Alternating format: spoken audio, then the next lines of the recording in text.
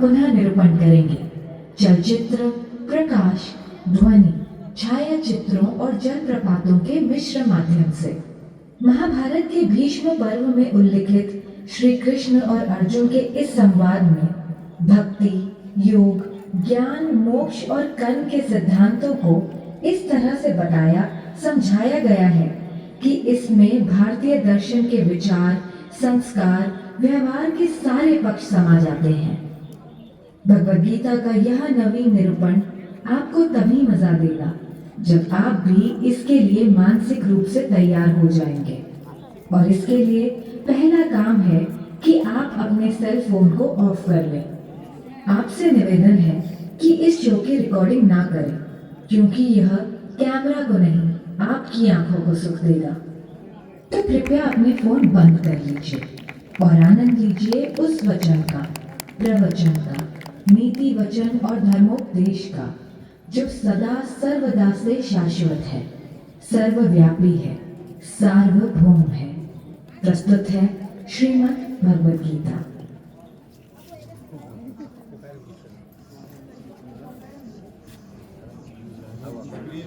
भारत माता की जय।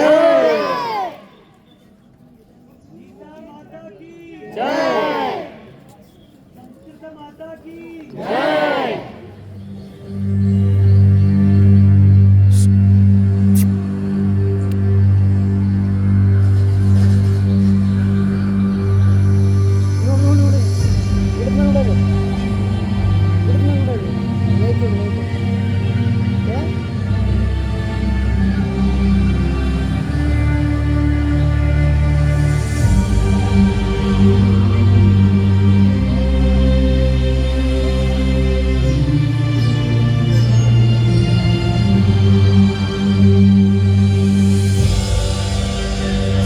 सदा गतिमान रहा, बहता रहा, चलता रहा और मैं अचल अटल अडिग यही एक जगह गड़ा रहा, खड़ा रहा।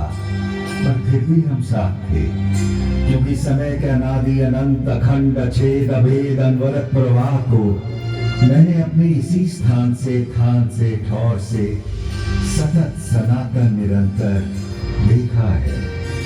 इसी थान से मैंने थानेश्वर महादेव या स्थानेश्वर को इस धर्म क्षेत्र में आते देखा है।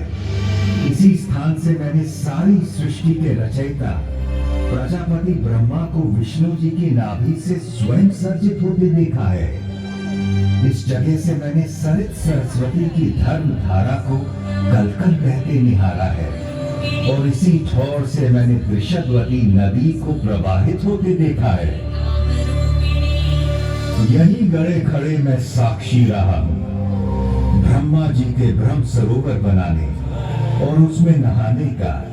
यहीं से मैंने सन्निध सरोवर में 7 सरस्वतियों को समाहित होते अवलोकित किया है और इस ज्योतिसर से तो मेरा जन्म का नाता है। इस सरोवर के किनारे जन्म लेकर, इसके जल से सिंचित होकर इसी स्थल पर इतिहास को बनते, बिगड़ते, बदलते देखा है। आपके सम्मुख विद्यमान इस वट वृक्ष ने, इस पुरातन पवित्र पावन ब्रह्मावर्त में मैंने वेदों को अवतरित होते और पुराणों को विरचित होते देखा है। फिर अष्टांग धर्म स्थापित करने वाले सत्यनिष्ठ, दानी, दयालु, प्रतापी राजा कुरु के समय मैंने इस क्षेत्र, इस धर्म क्षेत्र को कुरुक्षेत्र कहलाते भी देखा है। भरत कुल और कुरु वंश के वंशज राजा कुरु का समय ऋग्वेद का काल कहलाता था, जब आर्यों के इसी उत्तरवेदी ब्रह्मवेदी आर्याना में अपौरुषेय वेदों का अवतरण हुआ। इस पवित्र भूमि ब्रह्मावर्त में मैंने सहस्त्राधिक हवन कुंडों की यज्ञाग्नि में मंत्रोच्चार के साथ होत्र की समिधा पढ़ते और पूरी धरती को सुगंधित धूम्र से सुवासित होते भी देखा है। फिर कुरुराज के प्रपौत्रों कौरवों और पांडवों के समय मैंने इसी कुरुक्षेत्र को युद्ध क्षेत्र में बदलते देखा है। केवल 5 पद तो मांगे थे पांडु पुत्रों ने, पानीपत, सोनीपत, बागपत, तिलपत और इंद्रपत। पर जब 5 गांव देने से भी मना कर दिया धृतराष्ट्र के पुत्रों ने, तो युद्ध अवश्यम भावी हो गया था। एक ऐसा युद्ध जिसने एक वंश, एक नगर, एक राज्य, एक राजधानी, एक देश, एक संस्कृति, एक युग नहीं, पूरे भारतवर्ष को महाभारत नाम की रक्त रंजित मृत्यु और महानाश के मुख में धकेल दिया था।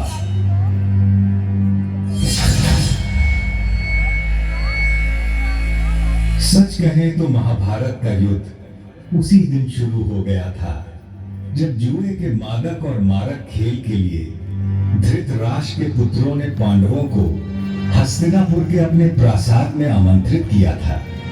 जिसे द्यूत का व्यसन हो, उसे जुए की चौपट से दूर रखना असंभव होता है। पांडवों की ओर से युधिष्ठिर पासे फेंक रहे थे और कौरवों की ओर से मामा शकुनी।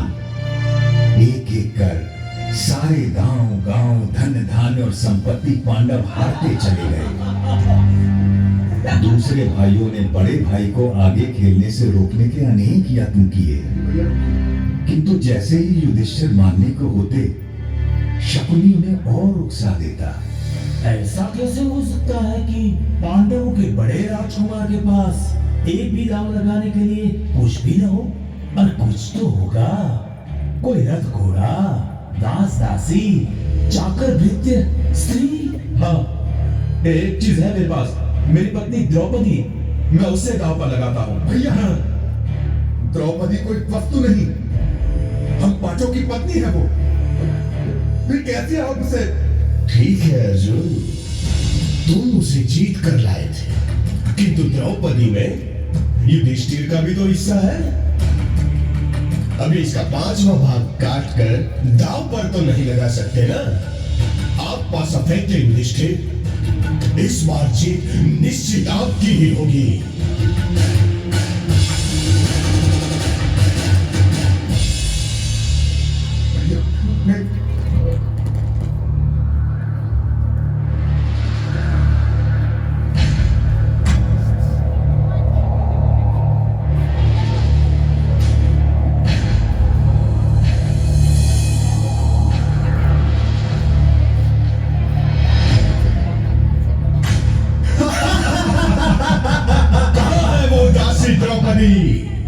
सुशासन, उसे इस दरबार में ले आओ। दुनिया तो देखे कि मैंने आज क्या जीता है।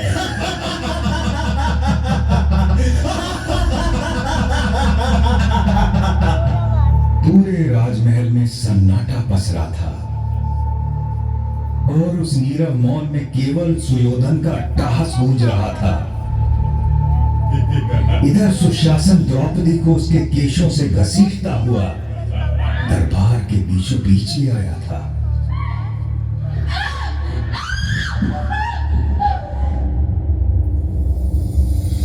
पांच पतियों की पत्नी पांचाली, उस दिन तो तुम्हें ठीक से देख नहीं पाया था, किंतु आज तुझे देखकर मैं अचंभित हूँ रूपवती द्रुपद कन्या। अभी भी ना तूने मुझे ठीक से देखा है, न जाना है, वरना तेरी हिम्मत ना होती इस तरह मुझे भरे दरबार में घसीटने की। पापी! सही तो कह रही है, अभी तूने मुझे न ठीक से देखा है न जाना है। सुशासन, चलो निर्वस्त्र कर दो इस दासी को। बस कर सुयोधन, तेरी हिम्मत कैसे हुई मेरी पत्नी का ऐसे अपमान करने की? सुशासन, दूर हट जा। यदि तूने द्रौपदी को छुआ भी तो मैं तुझे जीवित नहीं छोड़ूंगा। धर्मराज, आप ही बताइए ना, द्यूत में हारी हुई स्त्री पर किसका अधिकार होता है? जीतने वाले का या उसे हार जाने वाले का? अपनी आंखों के सामने इतना अधर्म तो न होने दीजिए धर्मराज। मौनम सहमति लक्षणम। पुत्र सुशासन, निर्वस्त्र कर दो इस दंभी दासी को। कैसा पाप किया है आपने धर्मराज? अपनी पत्नी को मनुष्य नहीं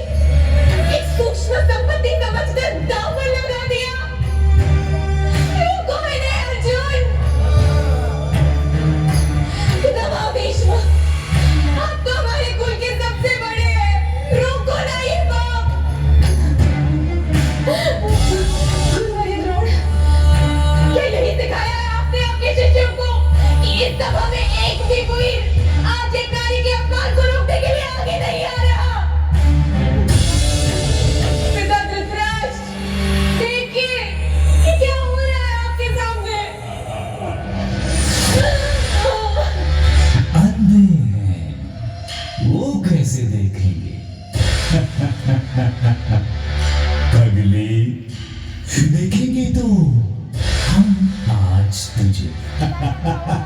रुको इसे सुयोधन, वरना आज के बाद आने वाली पीढ़ियां तुझे सुयोधन नहीं दुर्योधन के नाम से जानेगी।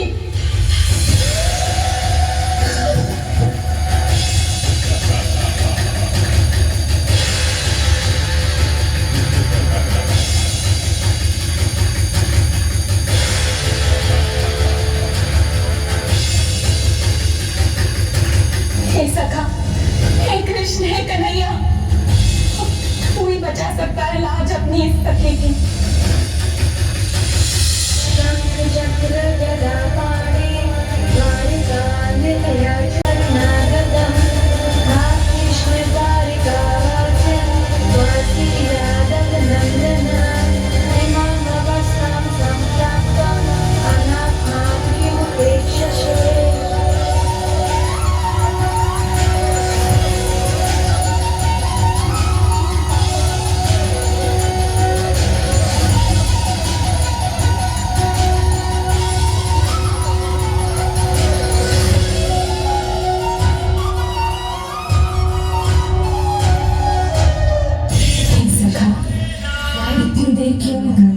तूने ही तो गलती की मुझे दूर द्वारिका से बुलाने की।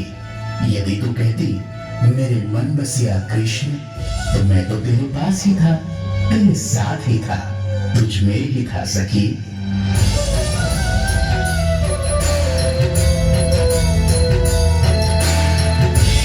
कृष्ण ने उस दिन अपनी सखी कृष्णा की लाश तो बचा ली, किंतु इस घोर पाप, इस जघन्य अपराध, संपूर्ण स्त्री जाति के इस अनादर के बाद संसार को प्रलयकारी युद्ध से बचाना केशव के लिए भी संभव नहीं था।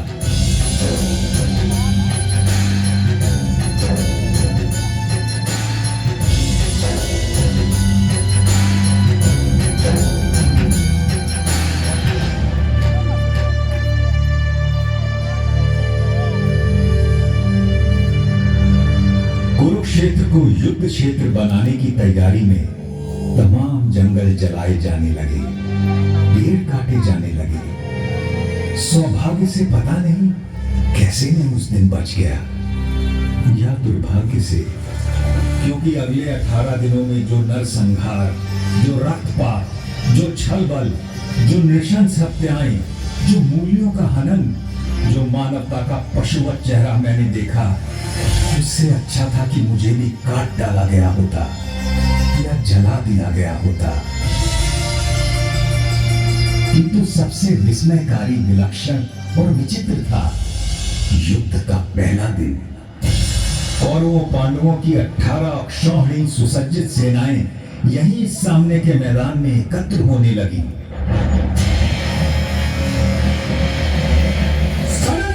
खड़क खड़क बरछों की चमक चमक, बाणों की किरणों में हारों की दमक दमक दमक।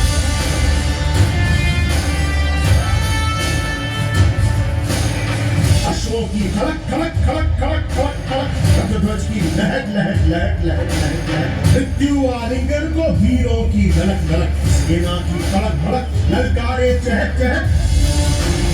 तूने हो गर्व से जो जीत दिखे झलक झलक झलक झलक, गज सेना धमक धमक धमक धमक धमक, अग्नियस्त्र धधक धधक धधक धधक। जय जय जय कौरव कहीं पांडव जय घोष धड़क, जय जय जय कौरव कहीं पांडव जय घोष धड़क, जय जय जय कौरव कहीं पांडव जय घोष धड़क।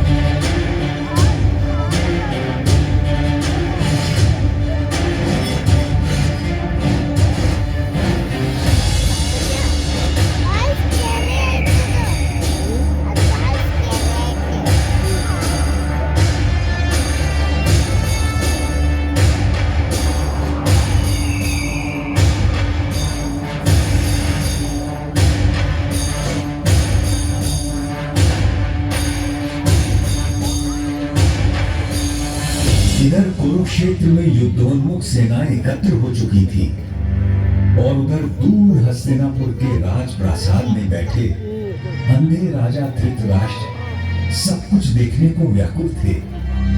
देखना तो दुर्भाग्य से असंभव था जन्मान राजा के लिए, किंतु कदाचित उनके अंधेपन की प्रतिपूर्ति के लिए ही उनके रथवाहक संजय को दिव्य दृष्टि का वरदान था, जिससे वो दूर की चीजों को देख सकते थे। व्यथित धृतराष्ट्र ने संजय से पूछा, धर्म क्षेत्र कुरुक्षेत्र में जब मेरे और पांडु के बेटे युद्ध के लिए एकत्र हो गए हैं, तो संजय उन्होंने क्या किया है?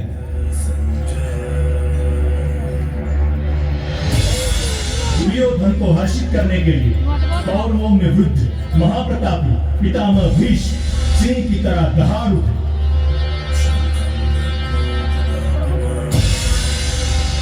और उन्होंने युद्ध का शंख फूंक दिया है।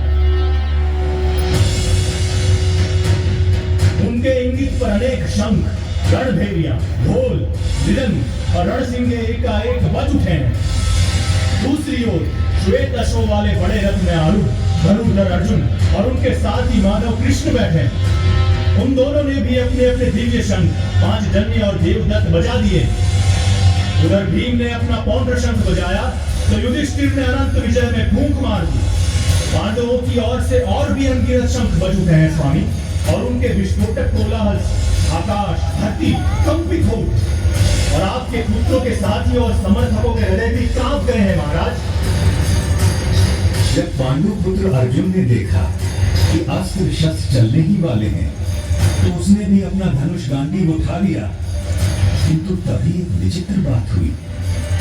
अर्जुन ने अपने सारथी ऋषिकेश कृष्ण से कहा कि वो उनके रथ को दोनों सेनाओं के बीचों बीच ले जाए, ताकि वो देख सके उन्हें किस किस से लड़ना है, किन्हें मारना है, किन पर विजय प्राप्त करनी है। और अच्युत उनका रथ लेकर आगे बढ़ चले हैं।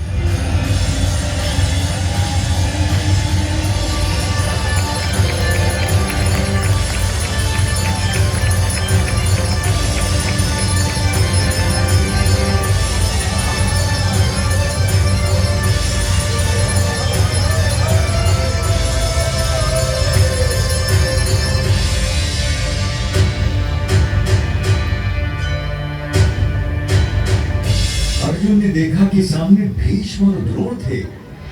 उसने देखा कि सामने खड़े सभी शत्रु योद्धा उसके पुरखे और दादा हैं, उसके आचार्य और मामा हैं, भाई बेटे पोते और पूरे जीवन के संगी साथी हैं।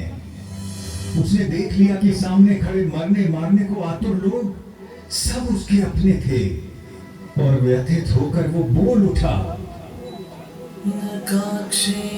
कृष्ण, न मुझे विजय चाहिए, न राज्य, न सुख।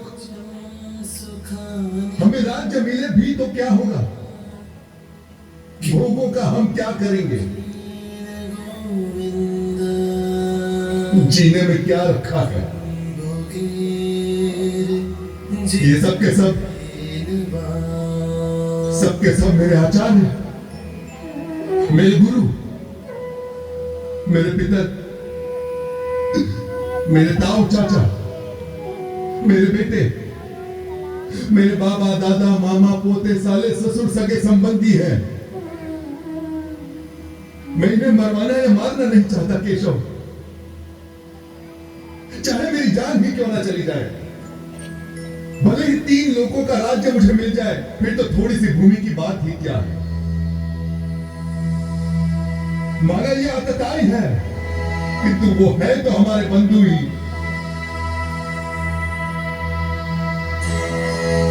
अपने कुटुंबियों को मारकर मानव हम सुखी कैसे हो सकते हैं?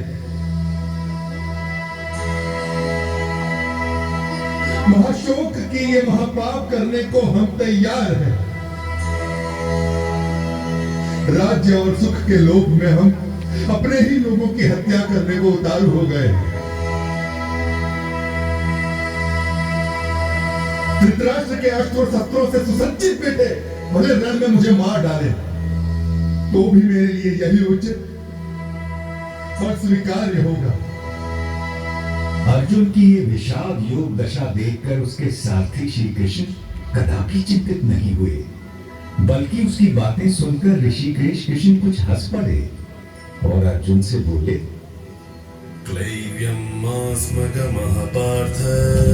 कायर मत बन पार्थ, यह तुझे शोभा नहीं देता।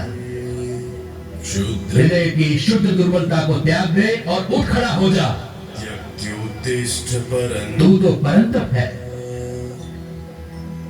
तेरा काम है शत्रुओं को हराना, बैरियों को मारना। इस देह में आकर हमारी आत्मा बचपन, जवानी, बुढ़ापा इन सभी अवस्थाओं को प्राप्त करती है और फिर एक देह से निकलकर दूसरे देह में चली जाती है। इस देह परिवर्तन को देखकर कोई भी दीन बुद्धि व्यक्ति कभी भ्रमित नहीं होता है अर्जुन। जैसे पुराने कपड़ों को उतारकर मनुष्य नए कपड़े पहन लेता है, उसी प्रकार आत्मा भी पुराने शरीर को त्याग कर नया शरीर धारण करती है। इस आत्मा को ना तो शस्त्र काट सकता है और ना आग इसे जला सकती है, ना इसे पानी भिगा सकता है और ना ही हवा उसे सुखा सकती है। यूं सांख्य योग की बारीकियों को आगे समझाते हुए कृष्ण बोले, कुरुनंदन, इस योग में व्यवसायिक बुद्धि और कर्म निर्धारक बुद्धि दोनों एक ही है, लेकिन जो अव्यवसायी है, अकामी है, अकर्मण्य है, उसकी बुद्धि तो अनंत शाखाओं में बढ़कर भटक जाती है अर्जुन।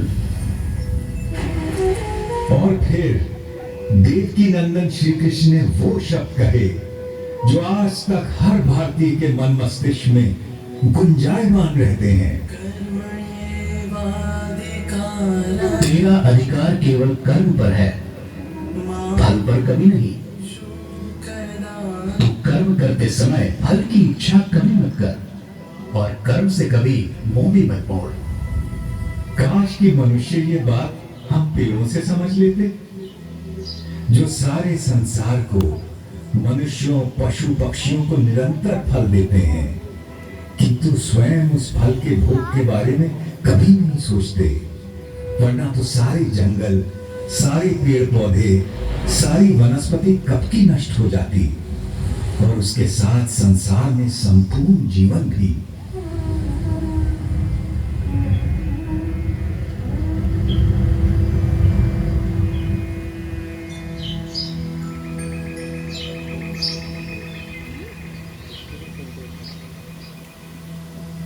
आपकी बातें मिली जुली सी है जनार्दन, और आप मुझे भ्रमित कर रहे हैं।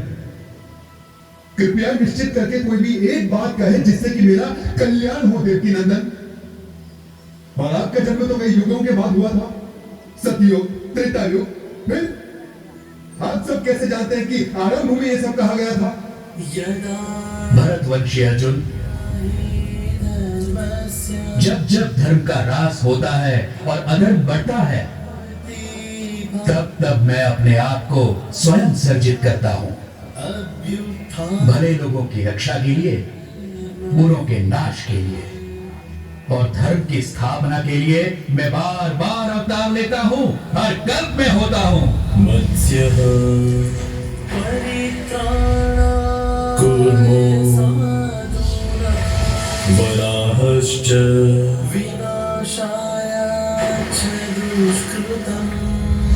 नृसिंहोऽवतः वामनः रामो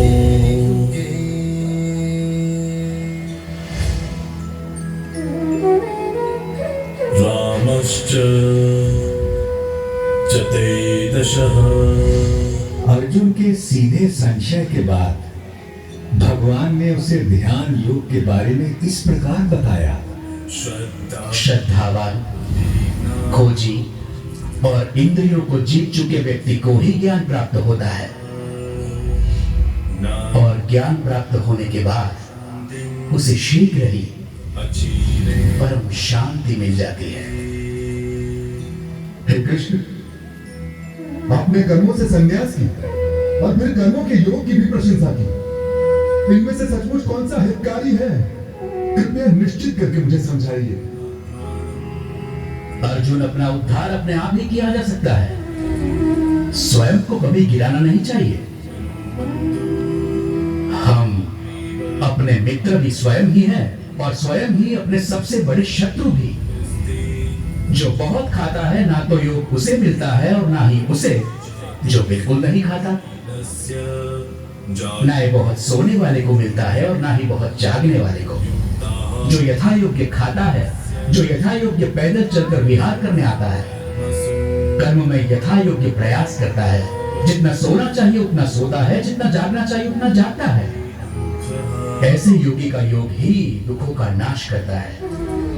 यही तो विलक्षणता थी श्री भगवान के उद्गारों की, जिसमें जीवन के प्रत्येक पहलू की बात समाहित थी। परंतु अर्जुन ने फिर एक प्रश्न किया। कृष्ण मन चंचल तो होता ही है, वो शक्तिशाली और कठोर हतादाई भी है। उसे बस में रखना तो हवा को रोक कर रखने जैसा कठिन लगता है मुझे। निसंदेह महाबाहु, निसंदेह मन बहुत चंचल है और उसे बस में करना बहुत कठिन। किंतु कौन्ते, अभ्यास और वैराग्य से इस चंचल मन को भी वश में किया जा सकता है। इस तरह श्री कृष्ण ने अर्जुन को आश्वस्त किया। वो मूर्ख लोग मेरा तिरस्कार करते हैं, मेरा महत्व घटाते हैं, जो ये समझते हैं कि ये समस्त भूत प्राणियों का महेश्वर और अजन्मा मैं इन सभी कार्यों को करने के लिए इस मानव देह पर आश्रित हूं। वो मेरे परम भाव, मेरे परमात्मा तत्व को न जानते हैं न पहचानते हैं। किंतु मैं पत्र, पुष्प, फल, जल, जो कोई भी मुझे भक्ति भाव से अर्पित करता है, मैं ऐसे भक्त का हर उपहार बिना किसी भेदभाव के स्वीकार करता हूं। ये सब जो आपने मुझे बताया है केशव, उसे मैं 100% सच मानता हूं। आपका रहस्य ना तो देवता जानते हैं और ना ही दानव। किंतु अपना योग और विभूति एक बार फिर से और विस्तार पूर्वक बताइए ना जनार्दन, क्योंकि आपकी वाणी और वचनों को सुनकर मुझे तृप्ति नहीं होती। अर्जुन के इस प्रश्न के उत्तर में श्री कृष्ण ने उसे विश्व रूप दर्शन योग के बारे में ज्ञान दिया। आकाश में सहस्त्र सूर्य एक साथ निकल आए तो उनका संवेद प्रकाश भी उस महात्मा की दमक की बराबरी शायद ही कर सके। इसलिए तो यश कमा, शत्रुओं को जीत, इस समृद्धशाली राज्य भोग, इन सबों को तो मैंने पहले ही मार दिया है। तुझे तो बस निमित्त बनना है पांडव। मेरे पास केवल वो लोग आ सकते हैं जो अपने समस्त कर्म मुझे अर्पित कर देते हैं, जो मेरी ओर उन्मुख हो, जो मेरे भक्त हो, जो इस संसार के सभी भूत पदार्थों और प्राणियों के प्रति शत्रुहीनता की भावना रखता हो, केवल वो ही मुझे प्राप्त कर सकता है। पार्थ, शनय शनय अर्जुन का मन कुछ स्थिर होने लगा और जिज्ञासु होकर उसने श्री कृष्ण से पूछा कि कुछ वक्त हमेशा सतत उनकी उपासना करते रहते हैं और अन्य उनको अक्षर और अव्यक्त मानकर उनकी उपासना करते हैं। अब प्रश्न ये है कि उन दोनों में से वो स्वयं किसको अच्छा योगी मानते हैं? भगवान ने बड़े धीरज से उत्तर दिया। मेरा वो भक्त मुझे प्रिय है जो द्वेष नहीं करता, जो समस्त भूत पदार्थों और प्राणियों का मित्र है, जो सब पर करुणा करता है, जो निर्मम है, निर्मोही है, निरंकार है, जिसमें मैं नहीं, जो अपने को कर्मों का कर्ता नहीं मानता, जो सुख और दुख दोनों को एक समान समझता है, जो क्षमा से भरा हुआ है। मेरा वो भक्त मुझे प्रिय है जो संतोषी है, सदा योगी है, आत्मा को जीतने वाला है, इरादों का पक्का है और मन बुद्धि सब मुझ पर अर्पित करता है। जनार्दन, बहुत से लोग जो शास्त्र में बताए गए तरीके से हटकर पूजा यज्ञादि करते हैं, उनकी आस्था कैसी है? भारत, सबकी श्रद्धा अपने अपने व्यक्तित्व और स्वभाव के अनुरूप होती है। मनुष्य श्रद्धा का पुतला है, जिसकी जैसी श्रद्धा होती है वैसा ही वो होता है। अर्जुन ने एक अंतिम प्रश्न किया। महाबाहु ऋषिकेश केशिनिशूदन, मैं संन्यास का और त्याग का तत्व भी जानना चाहता हूं। इनमें से सचमुच कौन सा हितकारी है, ये भी समझना है मुझे। कवि, मेधावी और विद्वान एक बात अच्छी तरह से जानते हैं कि संन्यास अव्यक्त हूँ, सर्वज्ञ हूँ, चिंतन से परे कूटस्थ हूँ, अचल हूँ, ध्रुव हूँ। मैं ही भूतों के भीतर स्थित आत्मा, उनका निजत्व, उनका अपनापन हूँ। आदित्यों में मैं विष्णु, प्रकाश पुंजों में सूर्य, मारुतों में मारीचि, नक्षत्रों में चंद्र, वेदों में सामवेद, देवताओं में इंद्र, इंद्रियों में मन, प्राणियों में चेतना, रुद्रों में शंकर, यक्षों में कुबेर, वसुओं में अग्नि, पर्वतों में मेरु, पुरोहितों में बृहस्पति, सेनापतियों में स्कंद, जलाशयों में समुद्र, महर्षियों में भृगु, वाणी में ओम, यज्ञों में जप, अजर पदार्थों में हिमालय, पेड़ों में अश्वत्थ, देवर्षियों में नारद, गंधर्वों में चित्ररथ, मुनियों में कपिल, अश्वों में उच्चैश्रवा, गजों में ऐरावत, मनुष्यों में राजा, हथियारों में वज्र, गौओं में कामधेनु, जन्मदाताओं में कामदेव, नागों में वासुकी, पक्षियों में सिंह, पक्षियों में गरुड़, मछलियों में मगरमच्छ, पवनचट्टाओं में पवन, ऋचाओं में बृहत्साम, छंदों में गायत्री, ऋतुओं में वसंत, नदियों में गंगा, शस्त्रज्ञों में राम, विद्याओं में आध्यात्म, सृष्टियों का आरंभ, अंत, मध्य मैं ही हूँ। कभी समाप्त होने वाला काल भी मैं हूँ पार्थ, सबका हरण करने वाली मृत्यु मैं हूँ, भविष्य में होने वाले जन्मों का कारण भी मैं ही हूँ। मैं विश्वतोमुख हूँ, ये पूरा विश्व मेरा मुख है।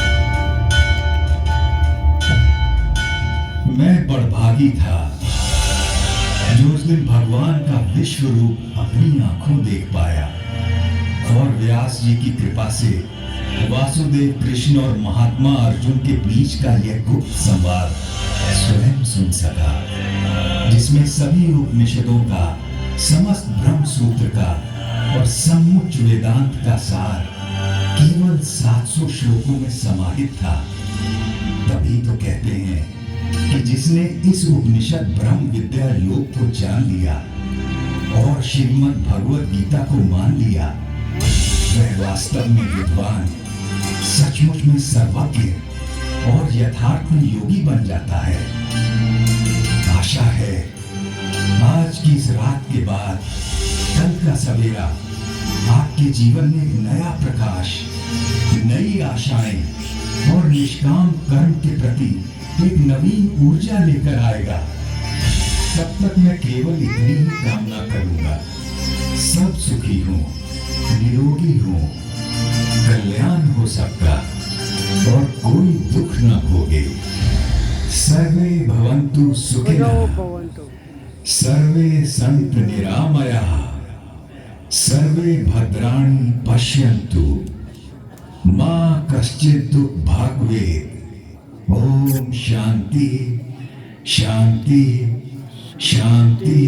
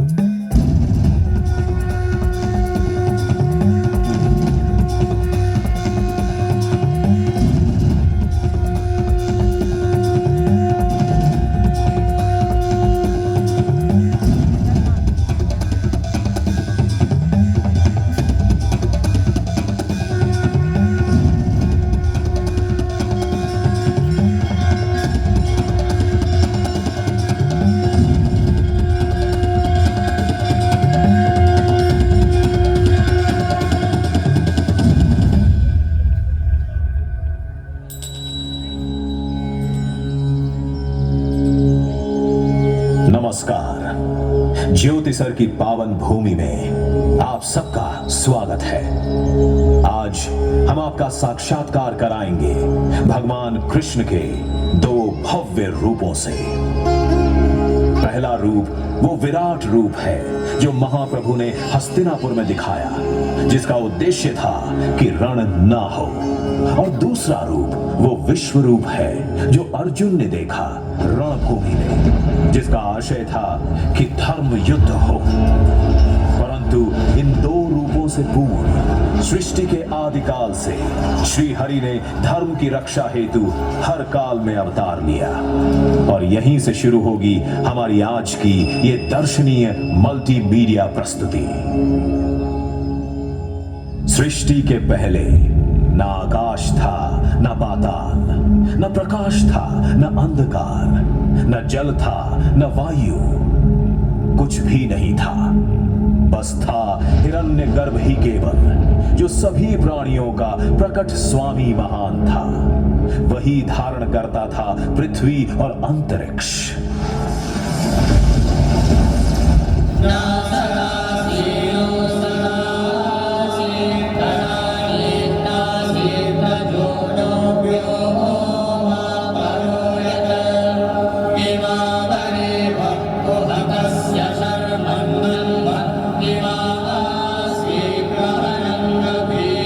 सृष्टि से पहले सत नहीं था, असत भी नहीं, अंतरिक्ष भी नहीं, आकाश भी नहीं था।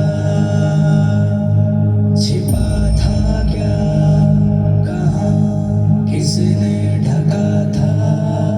उस पल तो अगम अटल जल भी कहाँ था।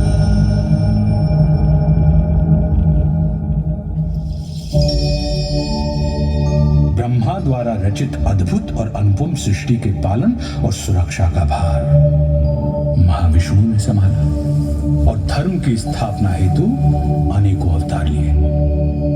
इन अवतारों ने कभी मार्गदर्शन किया और कभी प्रेरणा दी, और आवश्यकता पड़ने पर महासंहार भी किया। अद्भुत कथा है भगवान विष्णु के अवतारों की।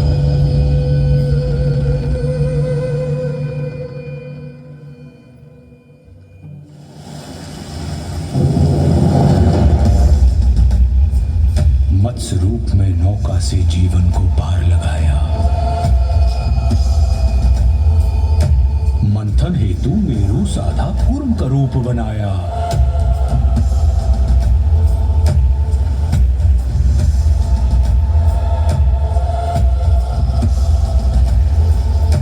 लील रहा सागर धरती को वार है आन बचाया।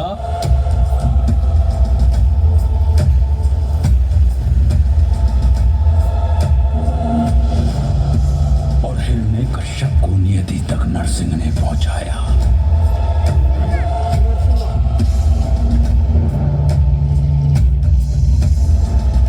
त्रिपद में वामन के पहुंचा महाबली पाताल।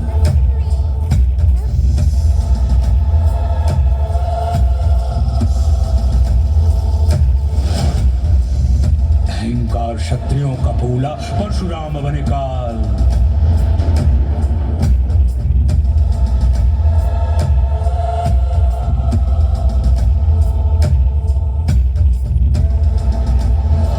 संघर्ष किया, वनवास किया, जनमानस को विश्वास दिया।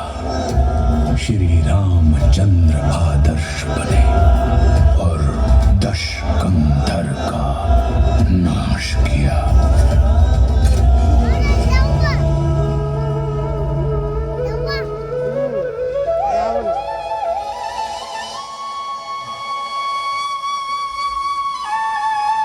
इन 7 आंशिक अवतारों के बाद महाविष्णु ने धारण किया पूर्ण अवतार।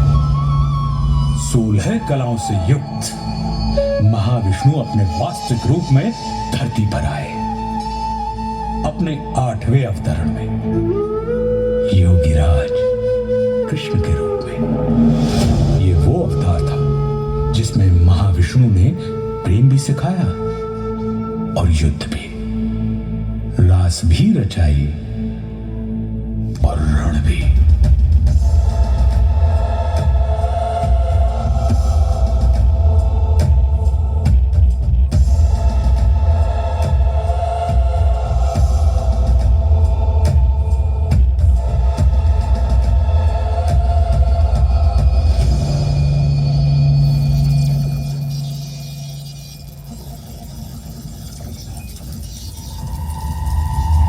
महाविष्णु के 8वें अवतार की कथा में एक दिन ऐसा भी आया जब भ्राताओं में ही द्वेष हुआ, भूखंड को लेकर क्लेश हुआ। कौरव ने चौसर बिछवाई, पांडव को समझ नहीं आई।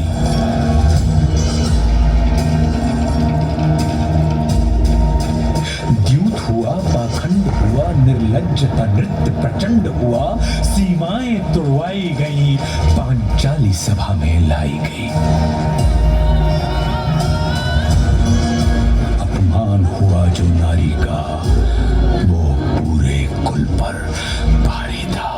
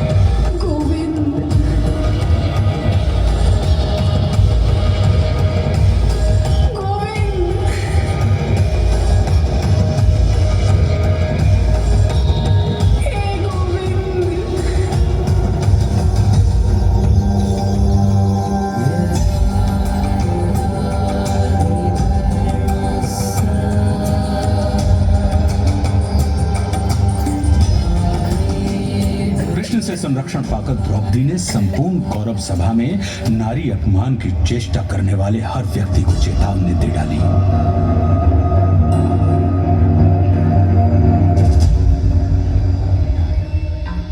जिस धरा पे हो बैठे धराधिपति, वो धरा ध्वंस धूमिल धरी जाएगी। दिखेंगे मृतक ही मृतक उस तरफ जिस तरफ रक्त रंजित नजर जाएगी। होंगी विधवाएं इतनी कुरुवंश में, साड़ियां श्वेत सारी कम पड़ जाएंगी। नाम तक के लिए न होगा कोई, बीज को सूनी को के तरस जाएंगी।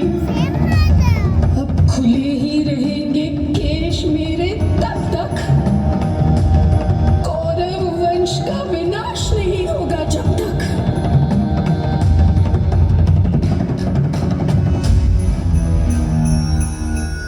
द्रौपदी के अपमान की घटना ने वो पृष्ठभूमि तैयार कर दी जिस पर महाभारत रचा गया।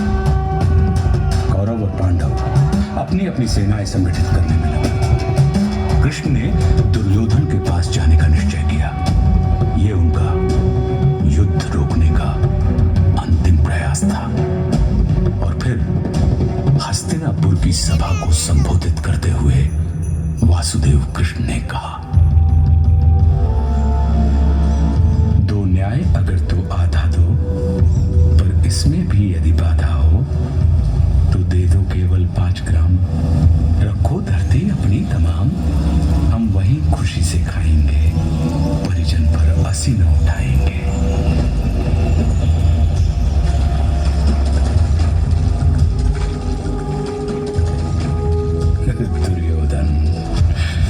दुर्योधन वह भी दे न सका, आशीष समाज की ले न सका। उल्टे हरि को बांधने चला, जो था असाध्य साधने चला। जब नाश मनुज पर छाता है, पहले विवेक मर जाता है। हरि ने भीषण हुंकार किया।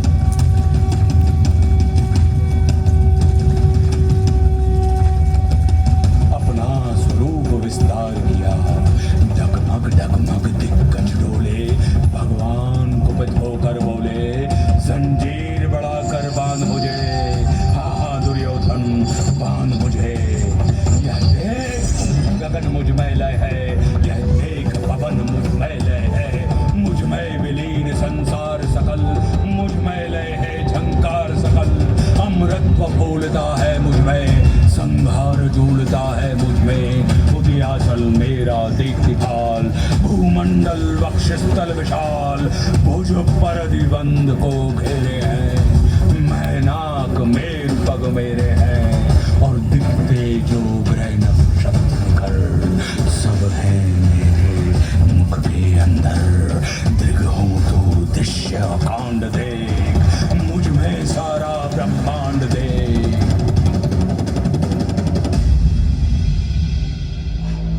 क्षर अचर जीव जग शर अक्षर नश्वर मनुष्य सुर जाति अमर। शतकोटि विष्णु ब्रह्मा महेश, शतकोटि जिष्णु जलपति धनेश। शतकोटि रुद्र शतकोटि काल, शतकोटि दंडधर लोकपाल। जंजीर बढ़ाकर साधने कहा दुर्योधन बांधने। भूलोक अथल पाताल देख, गत और अनागत काल देख। अंबर में कुंतल चाल देख, पद के नीचे पाताल देख। मुट्ठी में तीनों काल देख, मेरा स्वरूप विकराल देख। सब जन्म मुझी से पाते हैं, फिर लौट मुझी में आते हैं। बांधने मुझे तू आया है, जंजीर बड़ी क्या लाया है। यदि मुझे बांधना चाहे मन, तो पहले बांध अनंत गगन। सोने को साध न सकता है, वह मुझे बांध कब सकता है।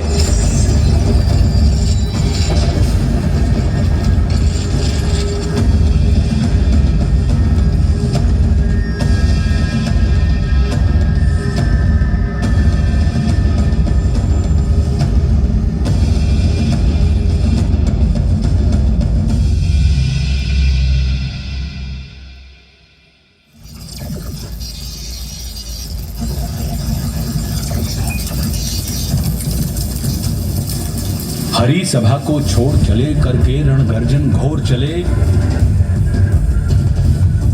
मन दुर्योधन का नहीं मना और महाभारत का युद्ध। जब नाश मनुष्य पर छाता है, पहले विवेक मर जाता है। रणभूमि पहुंची सेनाएं, फिर मध्य कृष्ण अर्जुन आए। अर्जुन ने देखे परिजन सब, शंका से भर आया मन तब। कोई गुरु तात कोई भ्राता, इन सबसे है मेरा नाता। गांडीव चलाऊं मैं कैसे, संबंध भुलाऊं मैं कैसे। घटनाक्रम ऐसा घटित हुआ, जब रण में अर्जुन व्यथित हुआ।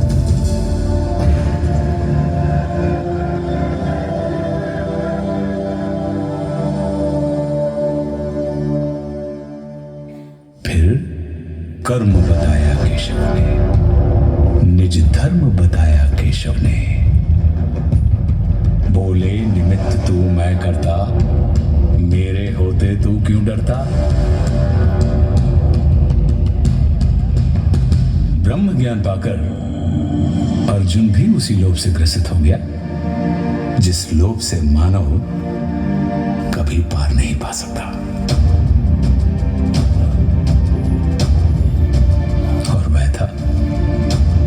ईश्वर के विश्व रूप का दर्शन।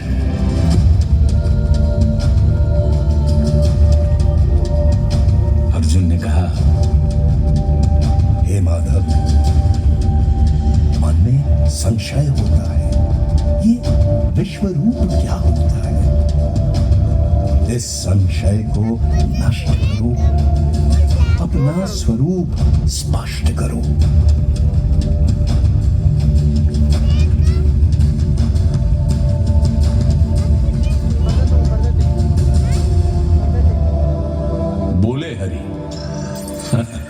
दृग नहीं है योग्य तेरे, ले दिव्य दृष्टि लख रूप मेरे।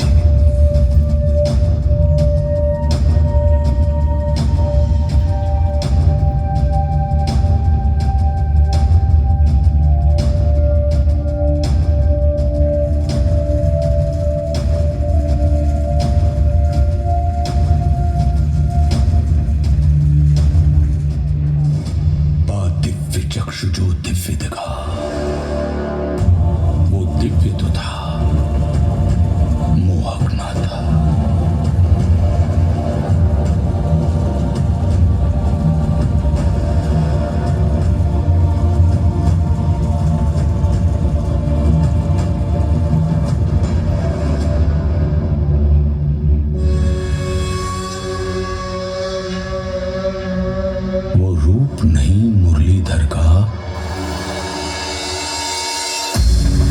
वो दृश्य महाकालेश्वर का।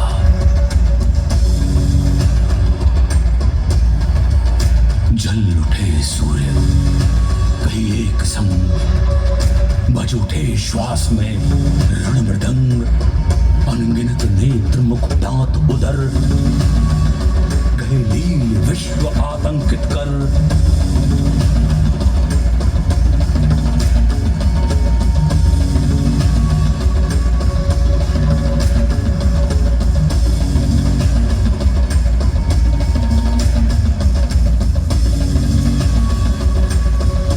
उद्गीरत मुख से प्रलय आग, कौरव पांडव हरि भोज भाग, आदित्य रुद्र मारुत अपार, गंधर्व वसु अश्वनी कुमार, कर रहे दंडवत सर्व नमन, पर हरिकोपमय गर्जित घन।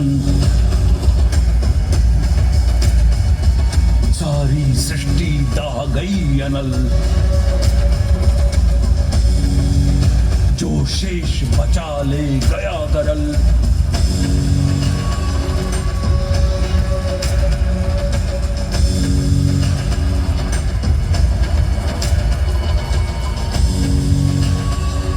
हरिमुख में सब कुछ समा गया, था विश्व यहीं अब कहाँ गया।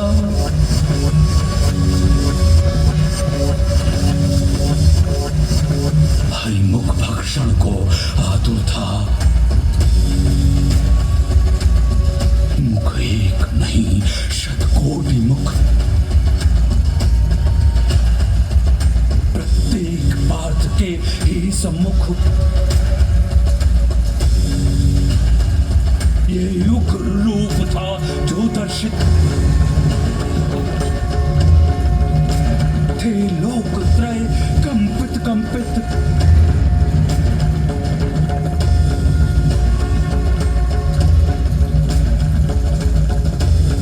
विकराल रूप जो दिखलाया, गुरुकेश देख तक ना पाया। का रूप धरो वही जो प्रिय है, हर शब्द तुम्हारा अनुमेय है। बोले प्रभु उठकर युद्ध करो, निज स्वधर्म को सिद्ध करो, नहीं समर तेरा ये मेरा है। कर्तव्य कर्म बस तेरा है।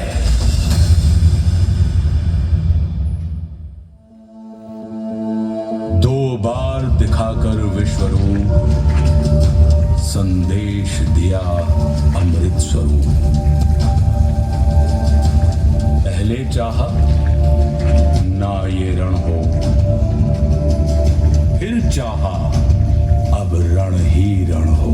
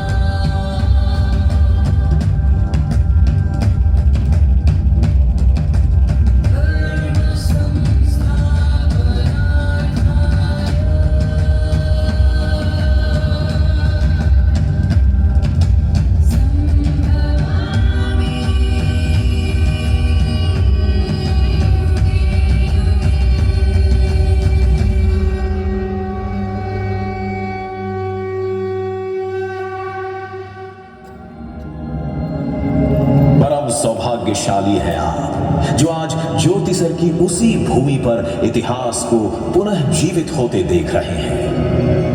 धन्य धरा ज्योतिसर की, जहां योगीराज ने ज्ञान दिया। धन्य धन्य ये कुरुक्षेत्र, जिसने इतिहास को थाम लिया।